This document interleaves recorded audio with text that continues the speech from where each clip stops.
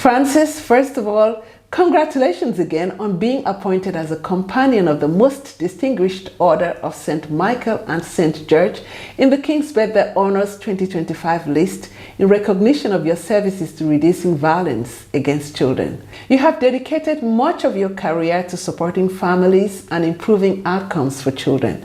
I wonder, was there a personal experience or early moment in your life that drew you to this field or helped shape your passion for this field? Well, I think what drew me to this field was being a psychology undergraduate and going and working in a children's psychiatric hospital and seeing some children who were very aggressive. And then so I went on and trained as a clinical psychologist, and then fast forwarding about another 8 to 10 years later, finally get there, I was in my first job. So much of your work focuses on evidence-based parenting programs. For those who may not be as familiar, can you briefly explain how these programs work and why they are so impactful? Well, these are programs that help parents to get on better with their children, especially to help them with the things that most bother them. So things like, how do I help my child go to bed on time? How do I get them to school on time without screaming? How do I get children to follow household rules, not to fight with other children? Whatever their needs are, then those interventions aim to try and help with those problems. But really important, not just about what my child does, but what about what I do. Many parents, well, I was amazed as a parent to find how easy and natural it was to want to yell at your children, for instance, and yet I obviously, as a supposedly parenting expert, thought that was quite wrong. And so how do you help people to control their emotions, even under stressful circumstances? So these interventions are delivered as structured courses or workshops, and the interventions are designed to help them build positive relationships with their children.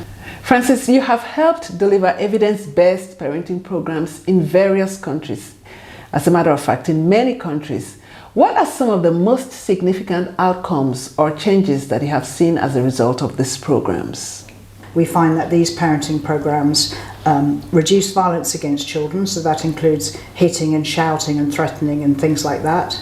That they improve children's behaviour problems, and that they also, result we were particularly pleased about is that they, in many cases, reduce parents' depression and anxiety.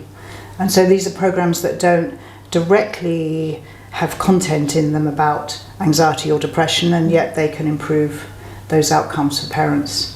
What do you think are the biggest misconceptions people have about parenting support or early childhood interventions, especially in low-resource settings? One is that a program might need to be different for every culture, or even for every city. So it worked in my city. It worked in that city over there, but doesn't mean that it would be right for our city. But that's not what the evidence shows. The evidence shows that very similar looking parenting programs, because they're sensitive to parents' needs and take into account what they want and their context, that they really can be useful across different places and different cultures. But obviously the programs and the staff need to be skilled and culturally sensitive for this to work. Absolutely. And I suppose a related one is that a program developed in one country can't easily be taken to another country. And we've got a lot of data on that now.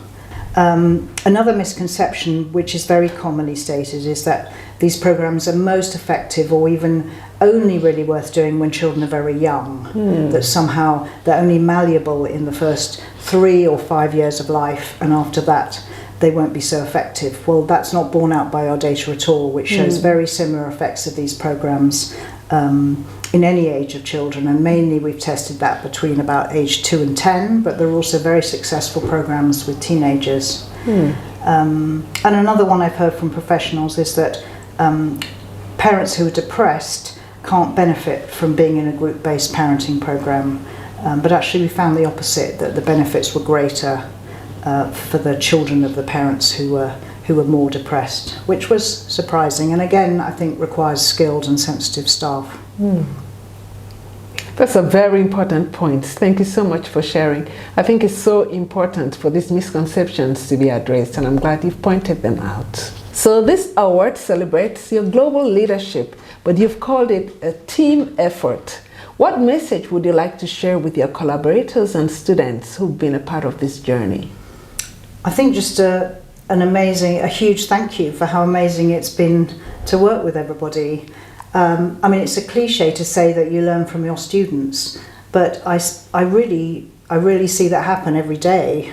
I really saw it happen in a particular moment, and that was when our graduate programs started to take a much more explicitly global focus here in this department.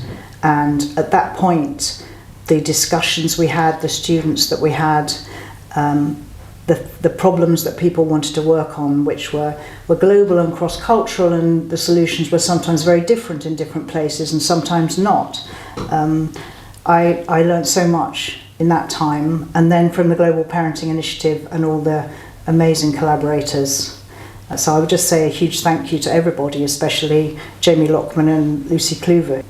Finally, I'd love to bring us to the bigger picture. At the Global Ministerial Conference in Bogota, we saw countries make major pledges to end violence against children. How do you see research such as yours helping to hold governments accountable to those commitments? Well, I think the really important thing is persuading governments that not only that parenting is important, but that delivering parenting programs that actually have evidence behind them is incredibly important as well. Lots of programs don't work, and some even cause harm. So we really need that rigorous evidence. And with so much evidence out there for parenting programs, there's really no excuse for using programs without an evidence base. Frances, thank you so much for sharing your reflections, and once again, congratulations on your CMG award. It's been such a privilege hearing about your journey and the incredible impact of your work.